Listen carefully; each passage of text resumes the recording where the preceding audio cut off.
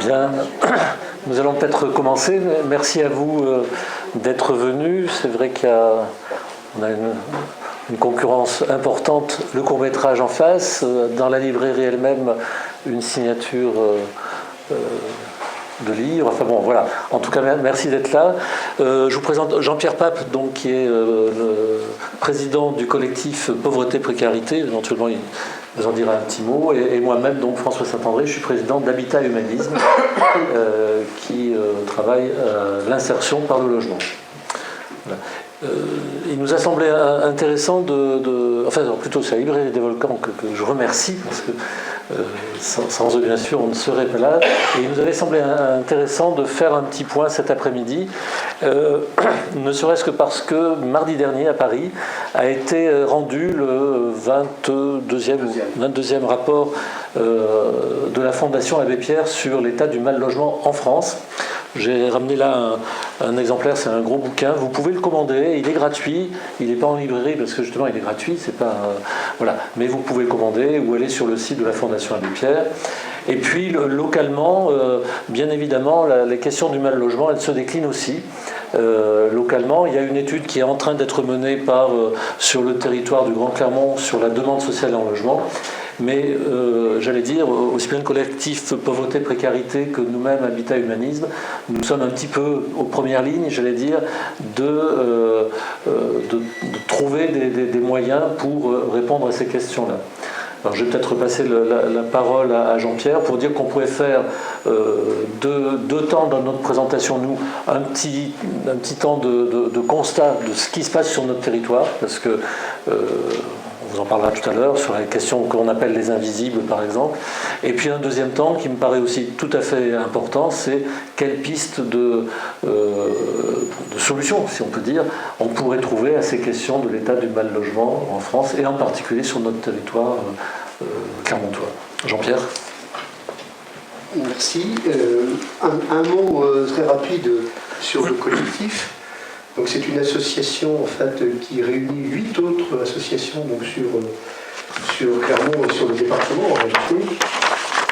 Elle a en fait un objet très simple et compliqué qui est l'accueil inconditionnel de toutes les personnes qui frappent à sa porte, à la fois pour des prestations alimentaires, pour laver le linge, etc. et aussi pour l'hébergement d'urgence. Donc nous sommes une association qui est affiliée à la Fondation Abbé Pierre. Voilà, donc on est très sensible effectivement à ces problématiques de mal-logement. Alors nous, on est plutôt sur l'hébergement d'urgence, on va en parler parce que c'est vraiment un sujet à la fois actuel et un sujet important. Simplement, je voudrais vous donner, je ne vais pas vous accabler en chiffres parce que ce serait indigeste dans cet après-midi, mais simplement quelques chiffres. On a au collectif 2000 personnes, à peu près, 2100 personnes qui sont inscrites, c'est-à-dire qui viennent régulièrement ou irrégulièrement pour des services, des repas, etc. Nous avons donc 2000 personnes. Sur ces 2000 personnes, 900 de ces personnes n'ont pas de logement à titre personnel. Bon, presque la moitié, donc, n'ont aucun logement. Ça ne veut pas dire que toutes sont à la rue, mais elles peuvent être hébergées chez des tiers, dans des baraques de jardin, dans des vieilles caravanes, dans des squats, dans des grottes. On a des gens qui vivent dans des grottes sur l'agglomération. C'est peu connu, mais c'est une réalité. Donc on a 900 personnes à peu près qui n'ont pas de logement, je dirais, à titre personnel. Nous avons, autre chiffre qu'il faut avoir en tête, 1600 personnes, précisément, qui sont domiciliées à l'accueil de jour, qui est rue Guigny, près de la Maison des Sports, parce que si vous repérez un peu le lieu. Ces gens-là, ça veut dire qu'ils n'ont pas d'adresse et que leur adresse, en fait, c'est le collectif. Donc il y a 1600 personnes domiciliées au collectif. Actuellement, au moment où je vous parle, donc nous sommes en période hivernale, donc cette période hivernale, elle va de novembre à fin mars. Il y a sur l'agglomération près de 600 personnes qui sont hébergées en urgence, dont près de 190 à l'hôtel.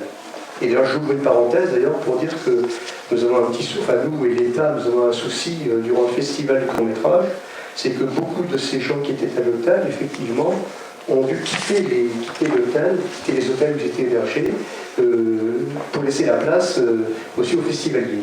Donc ça accroît encore la pression sur les structures d'hébergement d'urgence durant cette période du festival qui est très importante. Alors enfin, ça peut être une critique contre le festival, c'est une réalité à laquelle je veux sensibiliser, qui fait que ça nous complique un peu la vie. Voilà, donc je vous donne ces chiffres-là pour vous montrer que chaque soir, il y a près de 5 à 600 personnes hébergées dans des structures d'urgence. Et si vous rajoutez à cela les logements utilisés par le département pour les femmes enceintes ou les femmes avec des enfants de 23 ans, on arrive pratiquement à 700 personnes. Voilà un peu de données, si vous voulez, rapidement. Donc tout ça, ce sont des gens qui évidemment n'ont aucun logement. Ils n'ont que des logements provisoires et d'urgence durant l'hiver.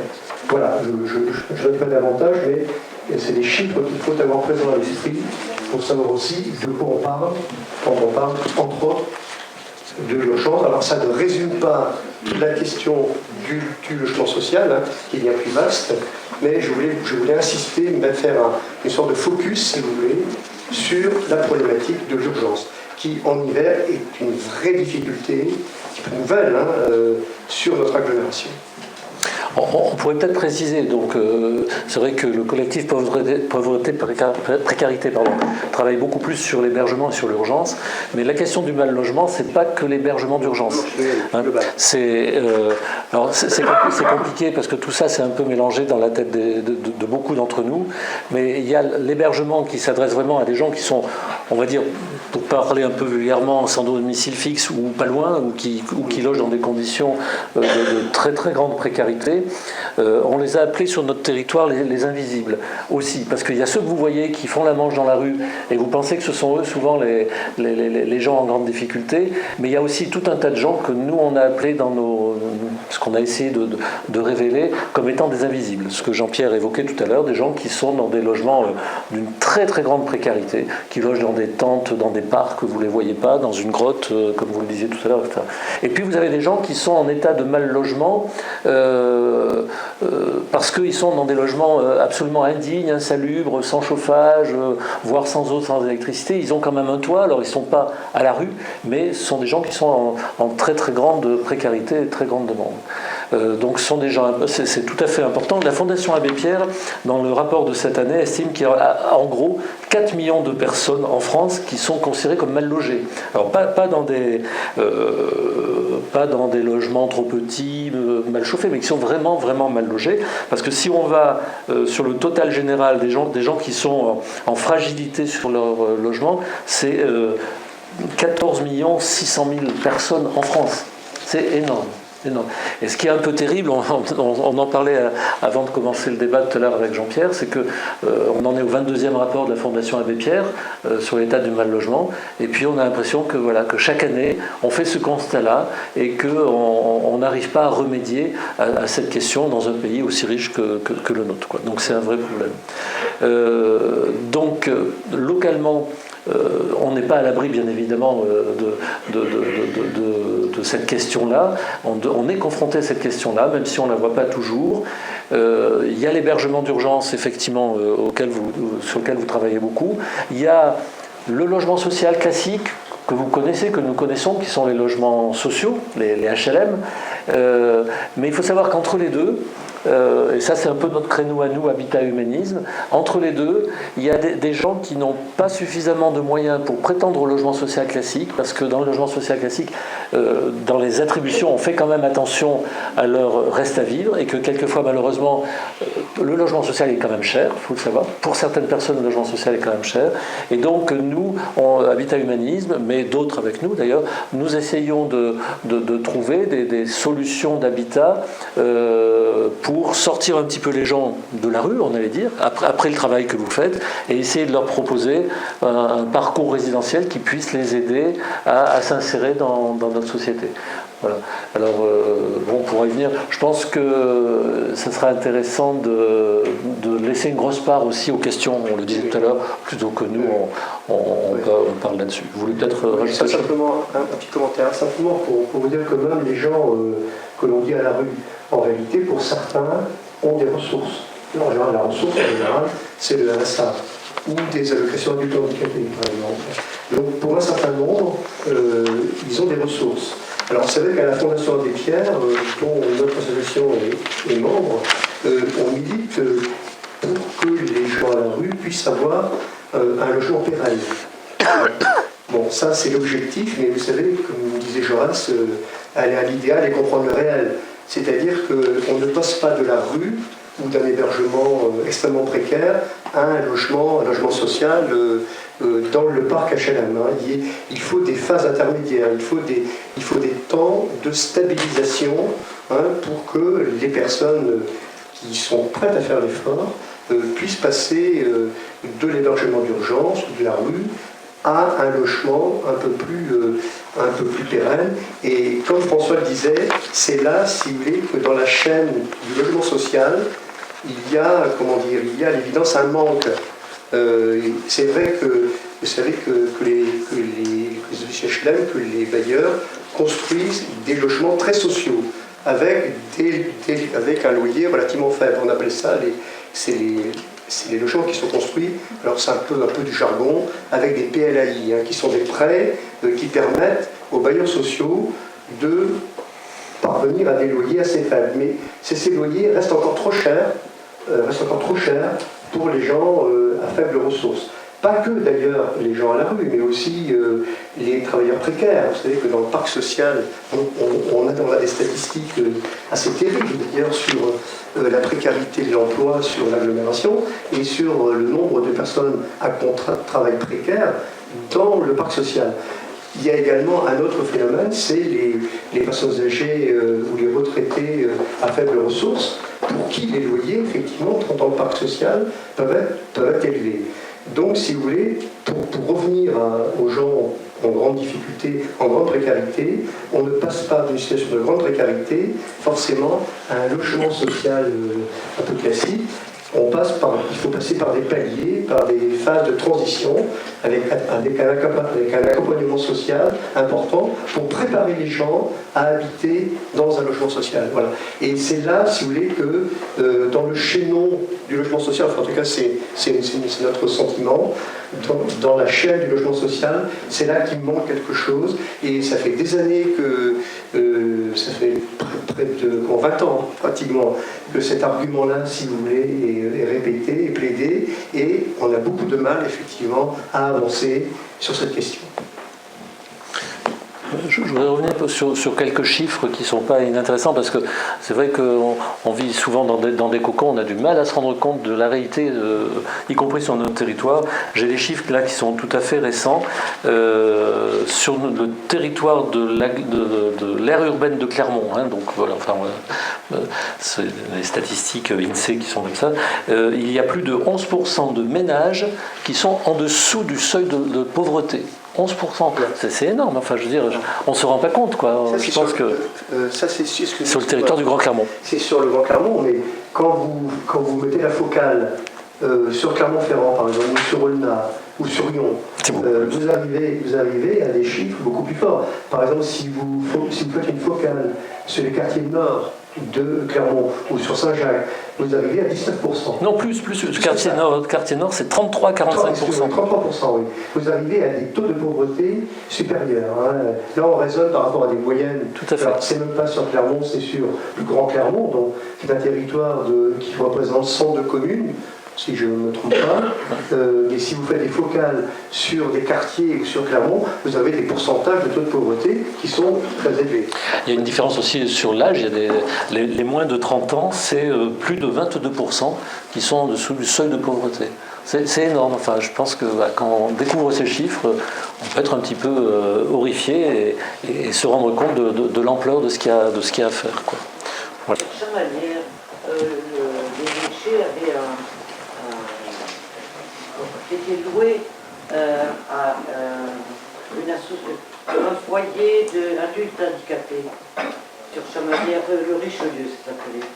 Et je ne sais pas, ça a été récupéré il y a quelques années par les déchets.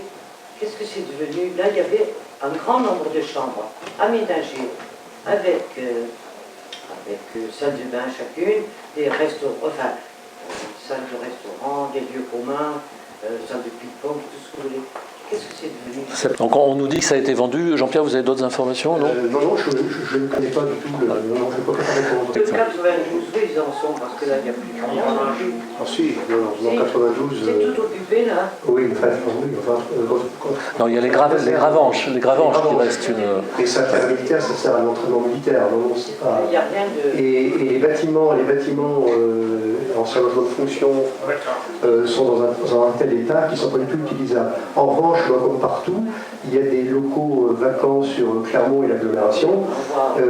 Souvent le problème. Alors c'est vrai que on se dit que, si vous voulez, au lieu de mettre des gens, comme on a dû le faire il y a 15 jours, dans un gymnase à Aubière, parce qu'il faisait très froid, si on avait connaissance assez tôt en amont de locaux disponibles et utilisables, j'allais dire à moindre frais, au moins durant l'hiver, on pourrait probablement répondre à des besoins dans des conditions un peu plus humaines et plus décentes. Encore qu'un gymnase, bon, c'est mieux que rien, c'est mieux que de rester à la rue, mais dans des locaux adaptés, on pourrait très probablement faire un accueil beaucoup plus humanisé, plus décent, en particulier quand on accueille des familles. Et donc c'est compliqué à gérer, c'est la promiscuité effectivement entre des familles avec des enfants en bas âge, avec des personnes isolées, qui ont des addictions, qui ont des pathologies par exemple, et qui posent problème.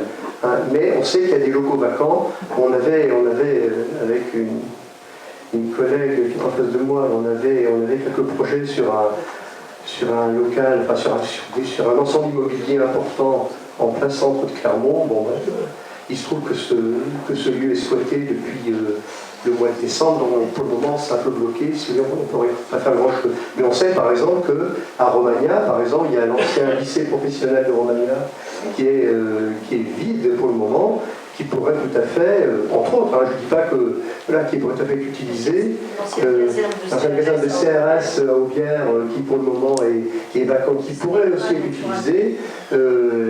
Voilà. Donc il y a plein de possibilités, mais il faut encore qu'on puisse avoir l'autorisation, effectivement, de pouvoir utiliser ces lieux assez longtemps à l'avance pour pouvoir les aménager de manière décente et humaine à la fois pour les personnes isolées et pour les familles. Je voudrais dire que, simplement, sans être trop long et vous laisser la parole, qu'une des difficultés que l'on rencontre aussi aujourd'hui, enfin une des réalités que nous avons aujourd'hui, qui est assez nouvelle, c'est la question de l'accueil des familles déboutées du droit d'asile, avec enfants en bas âge en particulier, donc qui sont sans papier, et qui restent sur le territoire national et que donc nous devons héberger. Et nous, si vous voulez, en tant qu'association qui est très attachée au principe de l'inconditionnalité de l'accueil, on ne demande pas aux gens leur passeport, leur carte d'identité ou leur certificat de baptême, on accueille inconditionnellement ces personnes, mais on est face à un nombre très important, effectivement, de ces familles, pour l'essentiel venant de pays d'Europe de l'Est, non membres de l'Union européenne, qui sont chez nous et qui probablement resteront encore longtemps chez nous.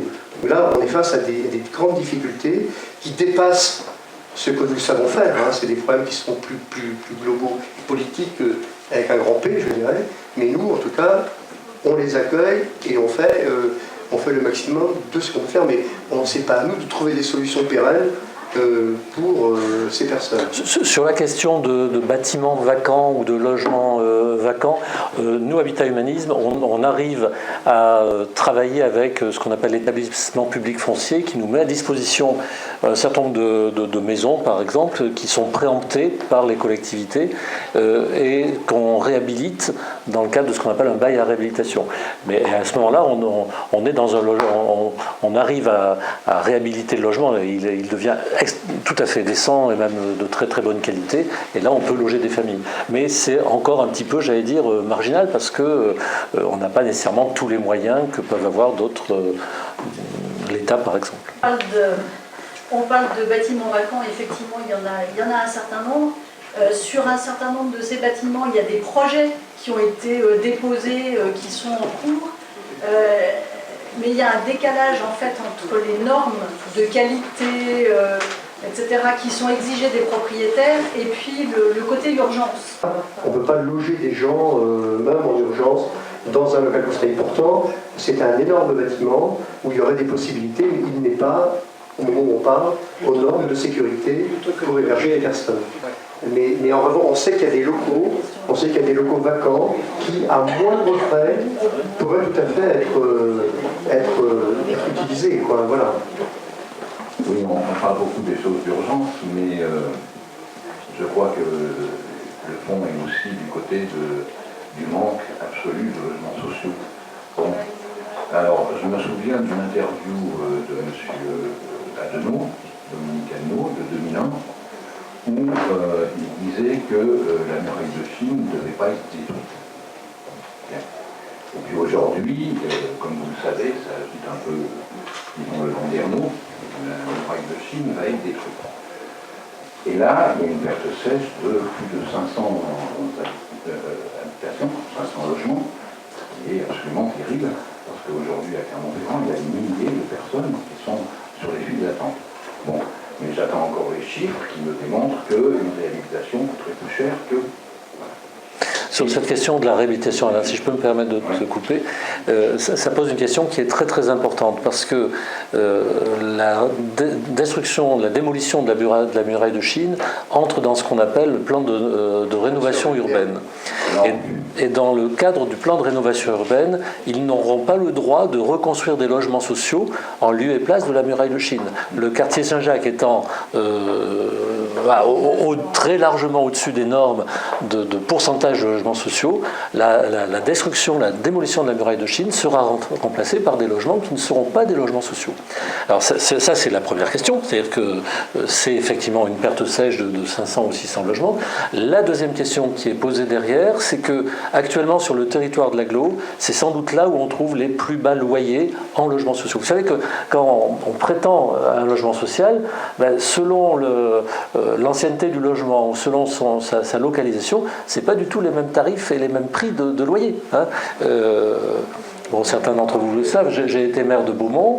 À Beaumont, nous avons construit des logements sociaux. Les logements sociaux qui étaient des logements sociaux neufs, de très grande qualité, enfin, voilà, etc., ils sont pour certains à des loyers non accessibles, parce que le reste à vivre est absolument insuffisant. Et souvent, les gens qui étaient de très bas revenus, avec très peu de ressources, on les réorientait vers d'autres logements sociaux qui étaient en particulier ceux de Saint-Jacques et de la muraille de Chine.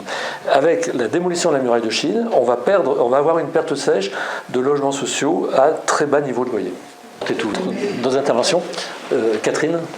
Un petit problème local, j'ai entendu dire que dans les logements d'urgence, sur Beaumont, il y a une belle maison, très grande, qui était inoccupée, je crois qu'elle appartient à la commune. Je suis pas sûre, je sais pas. Qui était avant la maison des associations. Ah oui, oui, oui. Et à la période de grand froid, là, il y avait quand même beaucoup de problèmes, pour tout le monde, surtout ceux qui étaient dehors. La maison a été murée pour ne pas que les gens puissent aller squatter, s'y mettre, voilà. Juste à la même, un petit peu avant que le gymnase, le gymnase Braubière a été ouvert pour que les gens puissent s'y réfugier. Or, à Beaumont, ça a été muré.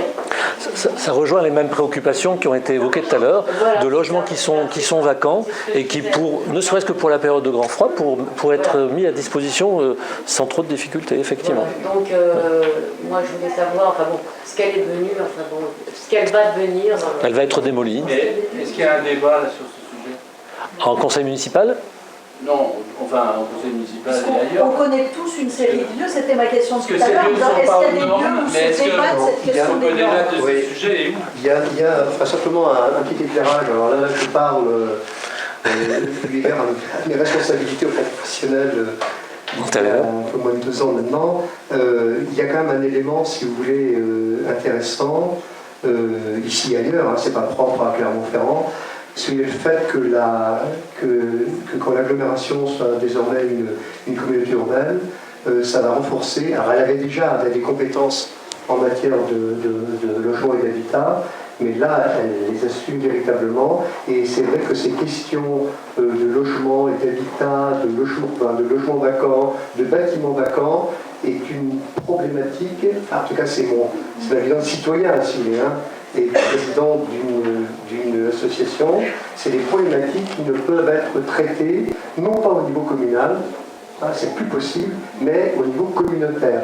C'est-à-dire qu'il faut une vision globale, effectivement, de tous ces logements ou ces bâtiments qui ne seront plus utilisés, et peut-être au lieu de les murer, peut-être qu'il y ait des réflexions pour les réaménager en logements sociaux ou même en logements d'urgence si c'est nécessaire.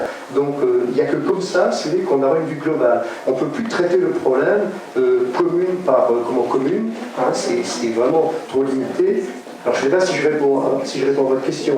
Alors, c'est un nom, enfin monsieur derrière. Voilà. Il faut vraiment avoir une approche beaucoup plus globale que le niveau communal qui ne règle rien, où chacun se recroqueville sur ces petits problèmes. Voilà. Alors, c'est pas une réponse satisfaisante, opérationnelle immédiatement, mais c'est une orientation qui, à mon avis, est plutôt une bonne orientation. Mais là aussi, moi, en tant que citoyen, on peut souligner deux aspects. Malgré les annonces et malgré le fait que la politique de l'habitat soit de compétences communautaires, on sait qu'il y a encore des réticences très fortes pour un certain nombre d'élus locaux, de maires, pour accepter du logement social sur leur territoire. Moi, je me suis beaucoup posé la question parce que finalement, le logement social, il faut arrêter de le stigmatiser. Le logement social, c'est aussi la mixité générationnelle, ça ramène des familles avec des enfants, etc. Mais qu'est-ce qu'il y a derrière qui fait que beaucoup d'élus sont encore extrêmement réticents? D'abord parce qu'ils ne veulent pas de cas sociaux. Alors on mélange logement social et cas social. Et puis aussi, c'est que accueillir des pauvres sur son territoire, c'est mettre derrière des politiques sociales qui ne sont pas toujours affichées, qui ne sont pas toujours assumées. Quand vous accueillez des logements sociaux sur votre territoire, vous savez qu'un certain nombre des gens que vous allez accueillir sur vos logements sociaux vont être à des minima sociaux tels qui vont faire appel aux aides sociales du CCAS, à la gratuité de la cantine, etc. Et je pense que sans que les maires le disent, il y a énormément de réticence sur cette question-là. Voilà. Et puis il y a une deuxième question qu'on n'a pas non plus abordée, c'est pourquoi on est toujours, alors là je parlais sur le logement social, mais sur le côté hébergement d'urgence, pourquoi on en est toujours à mobiliser des hôtels, des chambres d'hôtel pour l'hébergement. Ça fait des années qu'on dit ça, hein, 20 ans vous disiez Jean-Pierre. Moi je me suis occupé de la politique de l'habitat et donc j'ai essayé d'insuffler des choses sur l'hébergement pendant 13 ans, entre 2001 et 2014, et chaque année on est confronté à la même question. Et là je pense que c'est les services de l'État, c'est l'État à ce moment-là, qui est extrêmement réticent parce qu'ils ne veulent pas pérenniser de l'hébergement. Enfin, moi, c'est le sentiment que j'ai. Ils ne veulent pas pérenniser de l'hébergement. Alors, quand on fait appel à des chambres d'hôtel pour de l'hébergement, ça coûte énormément cher. Je sais, vous avez les chiffres, Jean-Pierre? Ça coûte énormément cher. Extrêmement cher. Mais 80 € par chambre la nuit. En moyenne. Avec des logements qui sont absolument pas pérennes pour les gens. Les enfants, les familles, ils changent d'hôtel régulièrement. Voilà. Et bien, vous imaginez 80 €. Il y a combien de chambres? Une centaine de chambres actuellement. Actuellement, enfin la semaine dernière, on logeait sur Clermont et l'Aglo. Quand je dis l'Aglo, c'est Rivière, etc. Enfin bon, 190 personnes. Essentiellement des familles et quelques isolés. Alors vous multipliez ça sur... Ouais. Oui, il faut je suis d'accord. Alors il faut quand même, alors je ne suis pas là pour être comment dire, un avocat de l'État, c'est pas mon boulot. S'il était là, il pourrait le dire. Bon, mais je dois admettre et reconnaître que depuis 2 ans pratiquement, il y a un effort qui est fait au niveau de l'État pour mobiliser les bailleurs sociaux, notamment durant la période hivernale.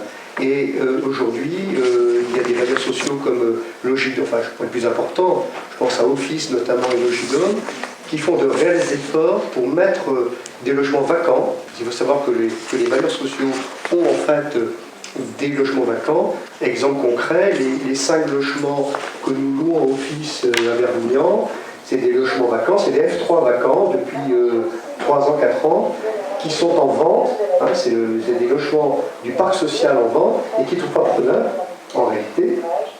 Et donc qui sont vides, et donc ils nous sont prêtés durant la période hivernale. Donc il faut reconnaître qu'il y a une prospection plus systématique qui a été faite par l'État depuis 2 ans pour trouver des logements, à la fois pour nous, mais aussi pour des grosses associations que vous connaissez au moins de nom, je pense à l'ANEF ou à Séclair, sur les quartiers nord, de Clermont notamment.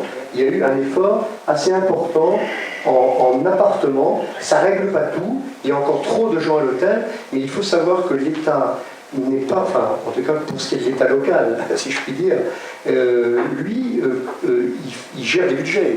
Et donc, il voit les coûts en nuitées hôtelières qui explosent, donc il a tendance effectivement à tout faire pour les réduire. Et louer des appartements à des bailleurs sociaux, ça coûte moins cher, économiquement, que de louer X unités d'hôtel dans des hôtels même très médiocres.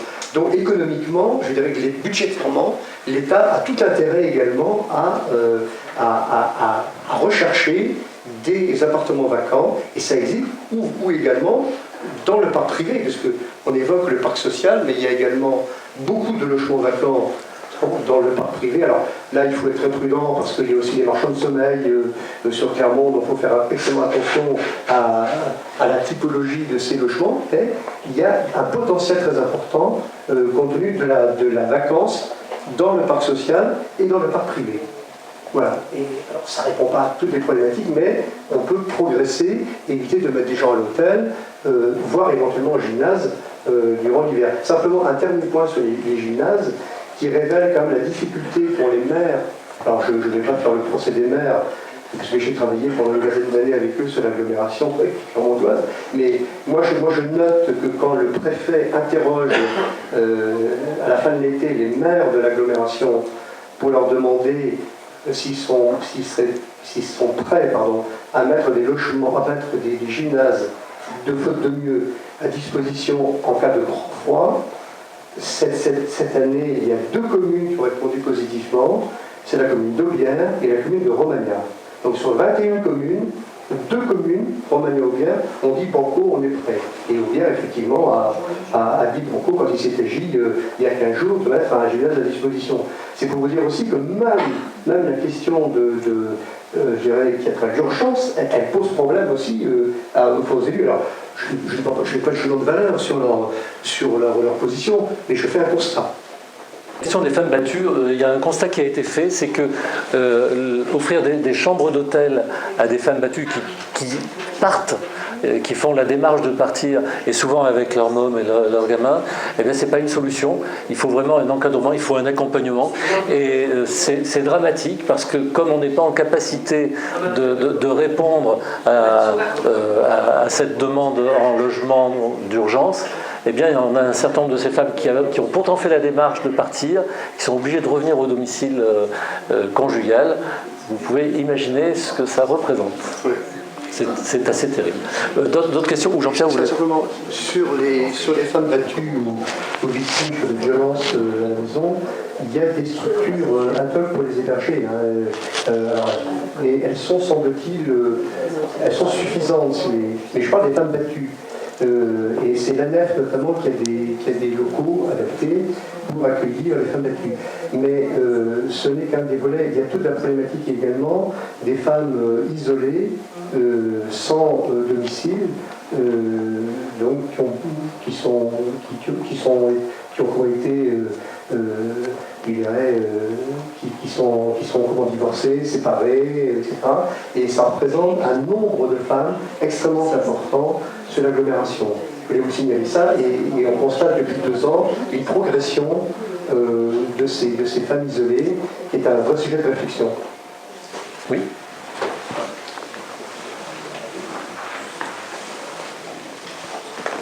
Vous avez évoqué tout à l'heure le foyer de jeunes travailleurs, donc, qui est aujourd'hui fermé. Vous avez évoqué les projets de destruction de la muraille de Chine, de 520 logements. Alors ma question c'est la suivante.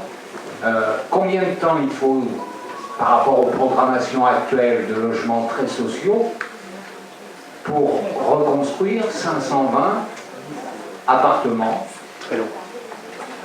sur Clermont ou sur la côte? Jean Capel disait très longtemps, c'est au moins 4 à 6 ans. Hein. S'il y a la volonté politique. Si ça va normalement. Si ça va normalement. Mais ça ne répond pas non plus au niveau de loyer, hein, comme je le disais tout à l'heure. Alors peut-être qu'il y aura des pistes proposées par la ville de Clermont sur l'histoire de la muraille de Chine pour offrir au moins temporairement un écrémage des loyers, je ne sais pas comment dire, enfin un abattement pour que les loyers ne soient du même niveau que ceux qui avaient à la muraille de Chine, mais c'est sans doute un vrai problème qui va coûter cher d'ailleurs. Enfin, là, moi je ne sais pas comment. Oui, Yves ? Il n'y a pas obligation à construire dans les mêmes conditions pour reloger les gens au même tarif, Alors, dans le cadre du plan de rénovation urbaine, les logements qui ont été démolis à Croix-de-Néra-Flamina, il y avait l'obligation de les reconstruire, en particulier dans les communes périphériques, déficitaires en logements sociaux. Mais ce n'était pas au même niveau de loyer. Ah, c'est pas défini. C'était pas au même niveau de loyer. C'est pas au même niveau de loyer. Malheureusement, moi je l'ai vu à Beaumont, on a bénéficié de ces autorisations de programme pour reconstruire des logements sociaux, mais à des niveaux de loyer qui étaient beaucoup plus élevés. Si vous voulez, ça sera simplement un chiffre qui peut vous intéresser sur les questions notamment de loyer et le coût pour le logement social sur l'agglomération, enfin sur le Grand Clermont plus exactement. Hein. Mais quand on dit Grand Clermont pour le logement social, c'est quand même essentiellement Clermont, Clermont Communauté, la communauté urbaine. Disons que les bailleurs sortent à peu près, je crois, 800 logements sociaux. En moyenne, à peu près. On était plus sur 600, je crois, Jean-Pierre. Mais sur le Grand Clermont. Hein, 800, sur le Grand Clermont, oui. 800 logements sociaux, probablement un petit peu moins. Et sur ces 800 logements sociaux, il y a 20% qui sont réalisés avec ce qu'on appelle des PLAI, donc des prêts qui permettent de faire des loyers plus faibles. Donc c'est que 20% sur 7 à 800 logements.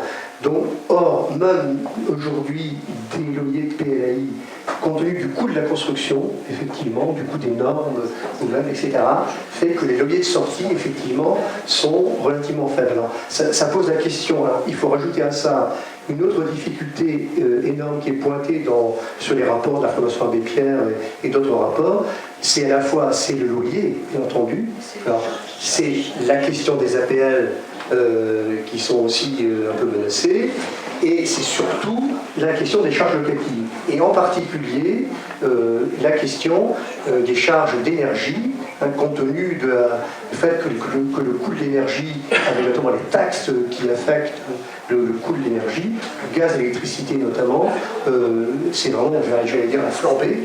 Excusez-moi de cette expression, mais il y a une progression considérable des charges locatives du fait du coût de l'énergie en particulier. Donc ça renvoie aussi à des mécanismes d'aide qui peuvent intervenir. On appelle ça le FSL, le FSE, et ces fonds-là, malheureusement, ont tendance aussi, qui sont gérés soit par le département ou par le CCAS, notamment de la ville de Clermont, pour ce qui la concerne, ont tendance aussi à diminuer. Donc ça renvoie vraiment à des questions extrêmement lourdes sur la capacité des ménages à pouvoir assumer à la fois un loyer et aussi des charges, effectivement, qui ne vont pas en diminuant.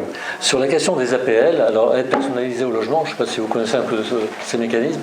Nous, par exemple, à Habitat Humanisme et les PLAI, c'est aussi un petit peu la même chose. On essaye de sortir des logements, de proposer des logements à bas niveau de loyer, en gros couverts par les APL. Hein, on va dire quelque chose comme ça. Il faut savoir qu'on est dans une période préélectorale pour les présidentielles et législatives et que certains candidats ont déjà mis en avant, certains candidats potentiels, ont déjà mis en avant la fusion des APL avec d'autres aides, voire la suppression des APL ou la diminution des APL. Ce qui va être dramatique, si c'était le cas, ce serait absolument dramatique pour un certain nombre de familles, parce qu'elles n'auraient pas la possibilité de se loger simplement sur le loyer, sans compter la question des charges. Donc on peut appeler à tous les électeurs que nous sommes potentiellement à la plus grande vigilance sur la question des programmes électoraux qui seront proposés lors des prochaines élections présidentielles et législatives. Vraiment. Je vais finir pour m'embrouiller avec les Deux questions. La première, vous avez évoqué les seuils de pauvreté. Je voulais juste savoir quel était le seuil que vous donniez, parce que je crois que les calculs peuvent être différents. Alors, une personne est considérée, je l'avais noté, une personne est considérée comme pauvre lorsque son niveau de vie, revenu disponible, est inférieur à 990 € par mois. Une personne seule. Oui. Personne seule. Ok, très bien. Et j'ai une deuxième question, je vais faire une petite parenthèse. Je fais partie du réseau Welcome sur Clermont-Ferrand, qui est géré par la CIMAD. Alors là, c'est pour vraiment l'accueil de demandeurs d'asile. En fait, c'est un réseau d'hospitalité par des particuliers sur des périodes assez courtes, de 15 jours à 1 mois, de demandeurs d'asile, le temps qu'ils puissent se reposer, qu'ils soient dans un cadre, un cadre qui leur soit un peu favorable. C'est sur des périodes assez courtes et voilà, ça me faisait juste penser, est-ce que ce type d'initiative pourrait être mis en place, en tout cas dans le plan grand froid, sur des périodes assez courtes, en lien avec les particuliers, ou est-ce que vous trouvez que c'est vraiment quelque chose de très difficile à gérer et à mettre en place? Alors, je ne vais pas répondre, mais je vais répondre pour après ce que vous faites.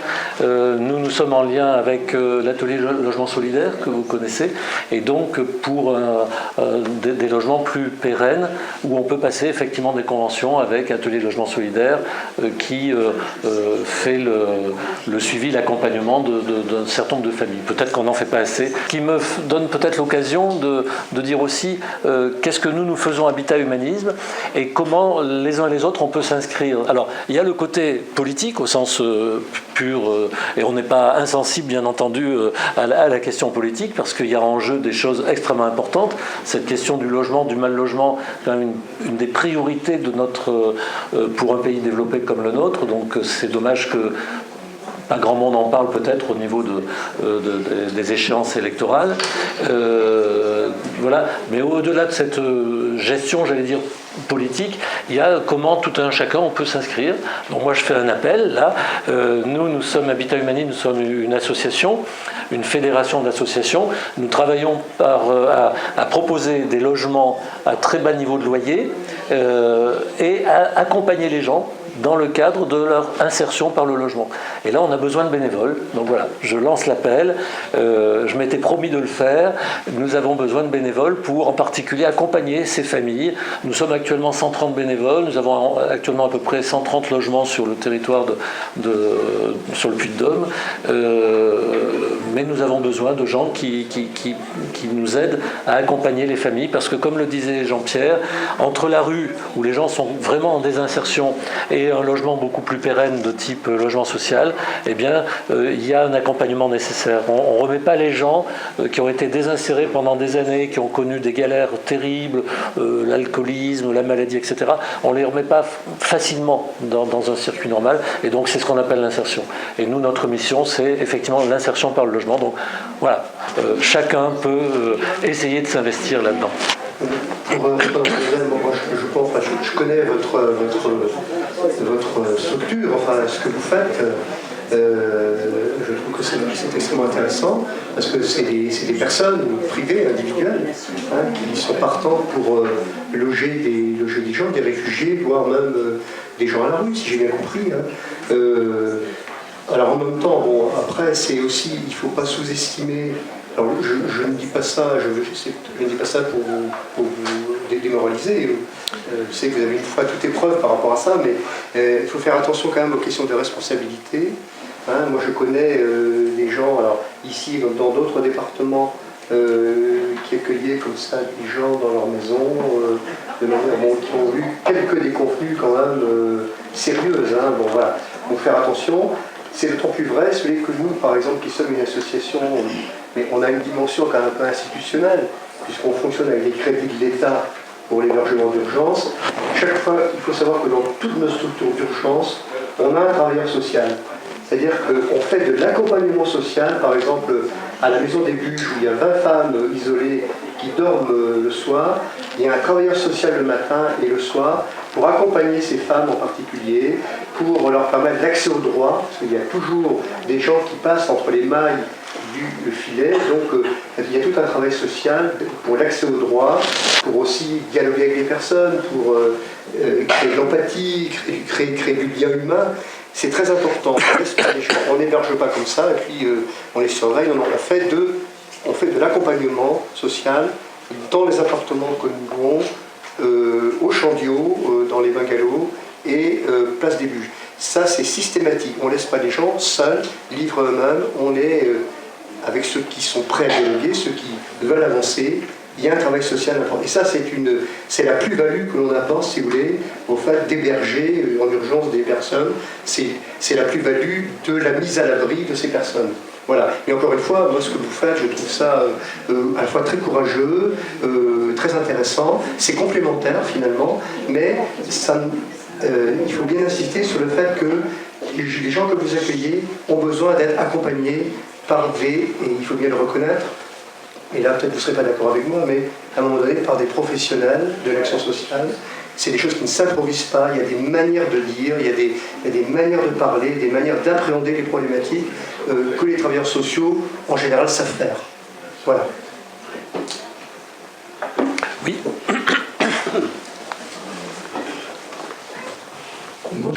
On demande d'accueillir dans des locaux, des publics qui seraient vacants, des gens qui sont en besoin. Mais je suppose qu'à la différence de ce que moi je fais, c'est-à-dire dans ma grande maison où j'ai 3 ou 4 pièces qui sont libres, je ne me suis jamais posé la question d'accueillir quelqu'un en période de grand froid.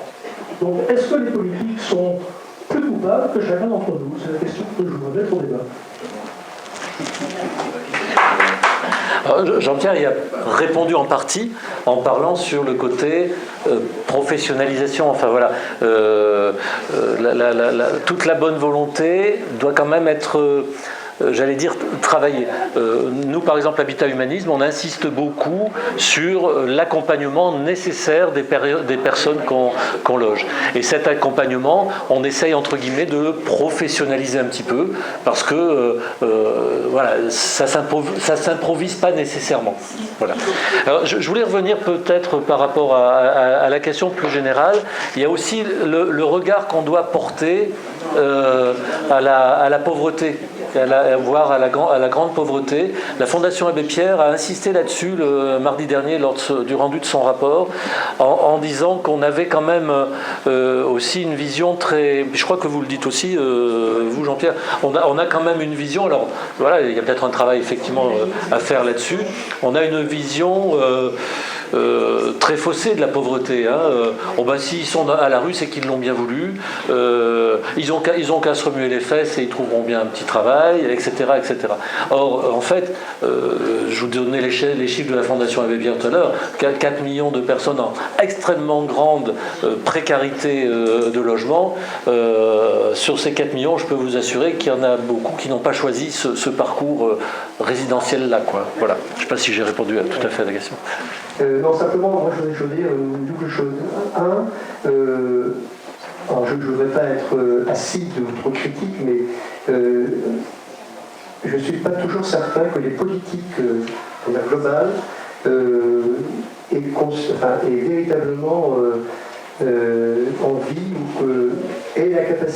ont la capacité de mettre en œuvre des politiques durables, pas simplement avec des effets de communication à un instant donné, de lutte contre la pauvreté. On disait tout à l'heure, là, on est, par rapport au rapport de la Fondation Abbé Pierre, c'est le 22e rapport. Donc ça fait 22 ans que la Fondation Abbé Pierre dit en gros la même chose, sur le logement social, sur la grande pauvreté, etc.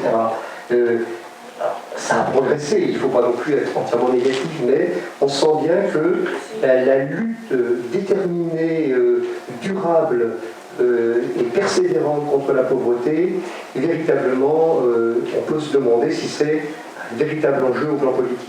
Alors, on est en période électorale, c'est l'occasion de rappeler aux candidats les enjeux de lutte, mais on a l'impression quand même qu'il faut ramer très fort. Ça, c'est le premier point. Second point, et ça a été abordé il y a un instant, on a également à faire un gros travail auprès de nos concitoyens. Il y a beaucoup de préjugés et d'idées fausses, d'idées préconçues sur les étrangers d'ailleurs, en général les réfugiés, les étrangers, mais aussi sur la grande pauvreté. Ce que François disait, il n'y a qu'à Faucon, ils n'ont qu'à arrêter de boire, ils n'ont qu'à arrêter de se droguer, ils n'ont qu'à travailler, etc. Donc on est face à des préjugés très puissants qu'il faut déconstruire. Et là, je crois aussi que les politiques aussi, de mon point de vue, ont un rôle à jouer aussi, à la fois sur les moyens à mettre en œuvre pour lutter contre la pauvreté, mais aussi pour déconstruire tous les préjugés qui peuvent exister contre la vôtre. Alors, il y a à cet égard, il y a deux petits bouquins, dont un d'ailleurs doit être en vente ici. Il y a un petit bouquin qui a été fait par la CIMAD il y a quelques années, alors qui porte plus sur les réfugiés, les exilés, etc.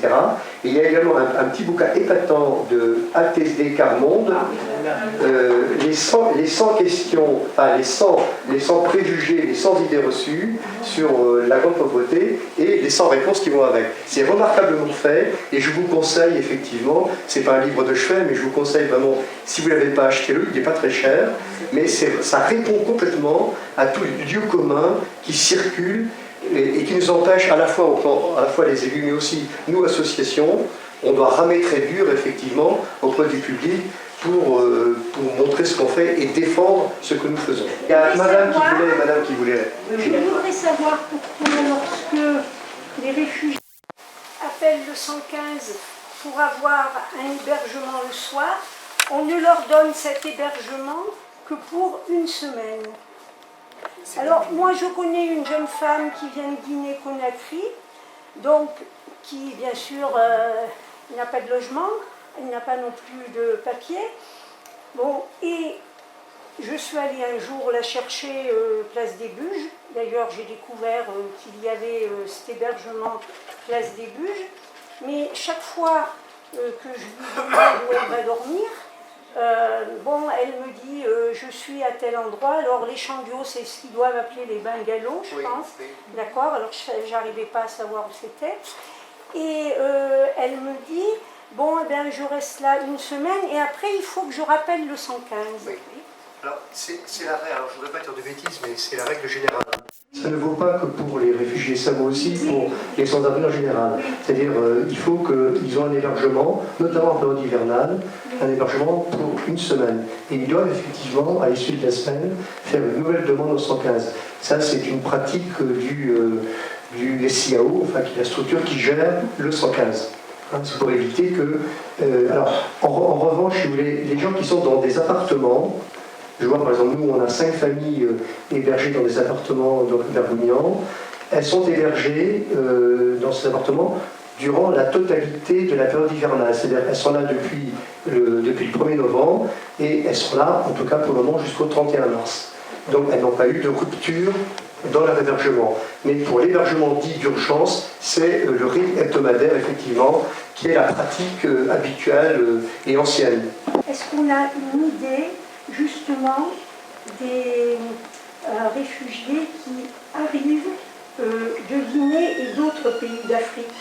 Est-ce qu'on, à Clermont, je parle, est-ce qu'on peut, parce que je m'aperçois que, je fais de l'alphabétisation au secours populaire et je vois qu'on a une population qui arrive et qu'on n'avait pas auparavant.